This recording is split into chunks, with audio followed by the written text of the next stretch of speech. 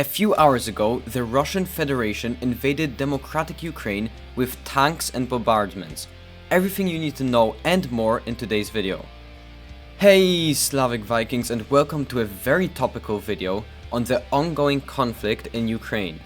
I live in Poland, a former Russian puppet state which borders include Ukraine, Belarus and the Russian enclave in the north. So as you can imagine, this war is of great importance to the general Polish populace, and I might have a personal bias because of it. I never deleted any of my comments, and I would like to continue to do so. So feel free to write your take in the comments below after watching this video. This conflict has literally just begun, so if you're watching this in the future, remember that my sources of information are limited. About a week ago, Russian and Belarusian troops randomly started a joint exercise on the Ukrainian border. This is where the recent conflict began to escalate. Although Russia already had major tensions in the region because of its occupation of Crimea in 2014, then a couple of weeks ago, Putin, out of nowhere, recognized the two republics of Donetsk and Luhansk and promptly accepted their invitation to get military force. Прошу Федеральное собрание Российской Федерации поддержать это решение, а затем и ратифицировать договоры о дружбе и взаимопомощи с обеими республиками. Два эти документа будут подготовлены и подписаны в самое ближайшее время. А от тех, кто захватил и удерживает власть в Киеве, мы требуем незамедлительно прекратить боевые действия. В противном случае вся ответственность за возможное продолжение кровопролития будет целиком и полностью на совести правящего на территории Украины режима.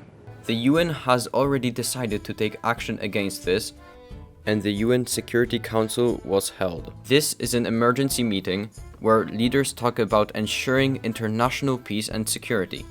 Before the West had time to write a 5-page essay on their disapproval of Russia's peacekeeping duties in Ukraine, Russia noticed America's weak performance and used the situation to attack the rest of Ukraine.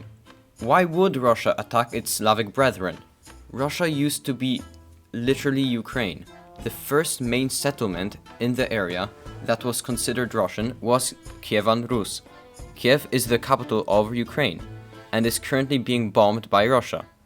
With the collapse of the Soviet Union, Ukraine gained its independence together with many other countries such as the Baltic states.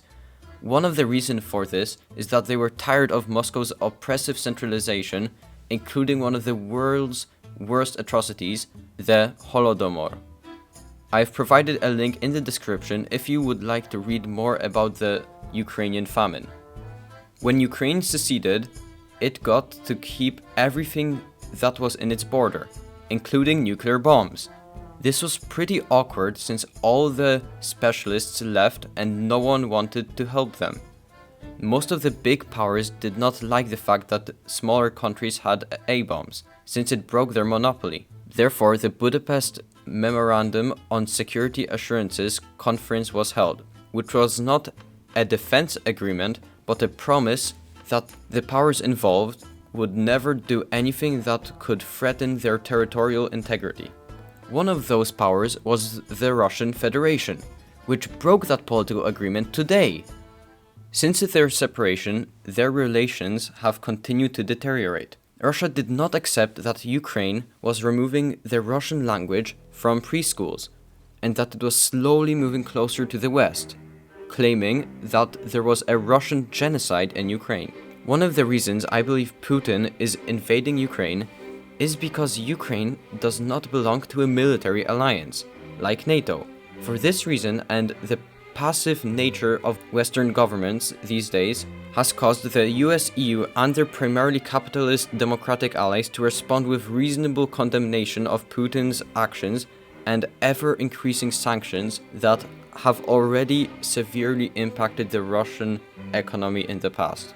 China, on the other hand, has been very neutral in its response to the situation and has been very vague that it wants the responsible parties to restrain from action to have peace. Also, I have heard a theory from my philosophy teacher that China might use this situation as a distraction to end its long civil war and invade Taiwan.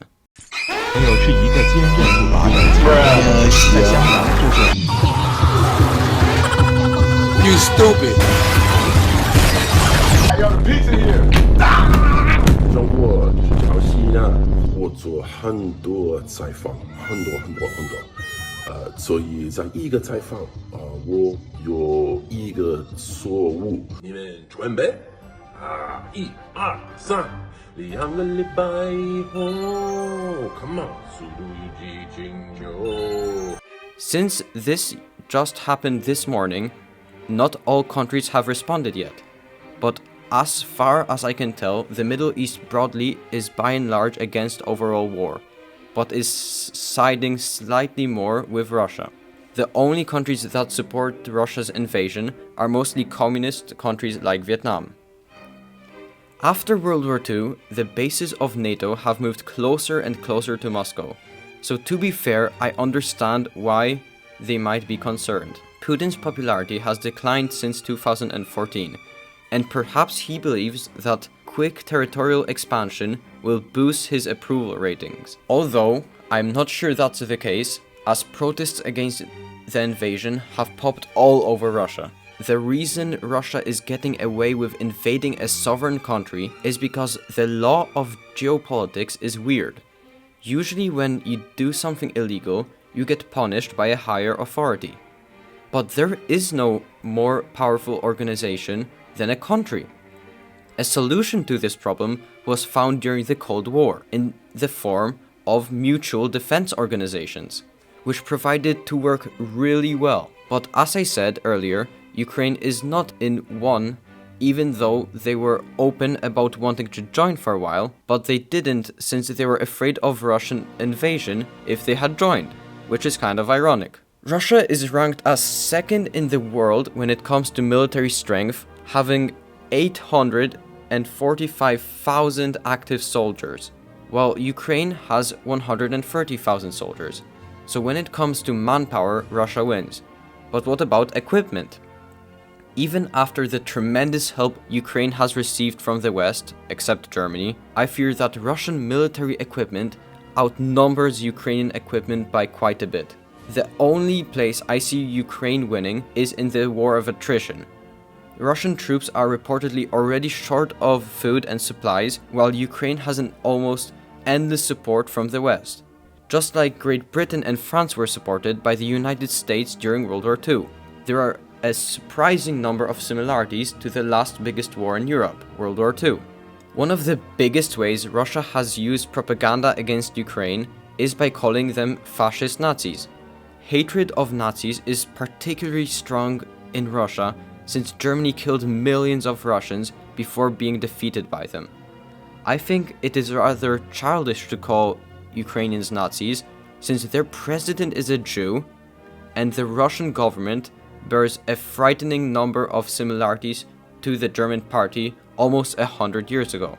First of all, the neo-fascist movement, Russian National Unity, has an alarming 100,000 members. The most frightening similarity, in my opinion, is that Germany did the Anschluss on Austria in an almost identical manner to what Russia did to Ukraine in 2014 by annexing Crimea. Then, Russia peacefully took part of Ukraine and invaded the rest a little later. Hitler peacefully annexed the Sudetenland with the Allied Munich Agreement and then invaded the rest of Czechoslovakia not long after that. Both even used the same excuse for attacking. Crimea and eastern Ukraine are majority Russian. Austria and the Sudetenland have a majority German population. Britain, the US and France did not want to provoke Adolf and started the attacks only after millions of people had already died. I am not saying that the Russians are Nazis. I am not even claiming that the Russian government is remotely close to the Nazi party. I am just saying that we should not make the same mistakes as in the past. All of this is pretty surreal to me, since this experience is pretty much the only instance of war other than the civil wars in the Middle East that feel too remote to relate to, in my life.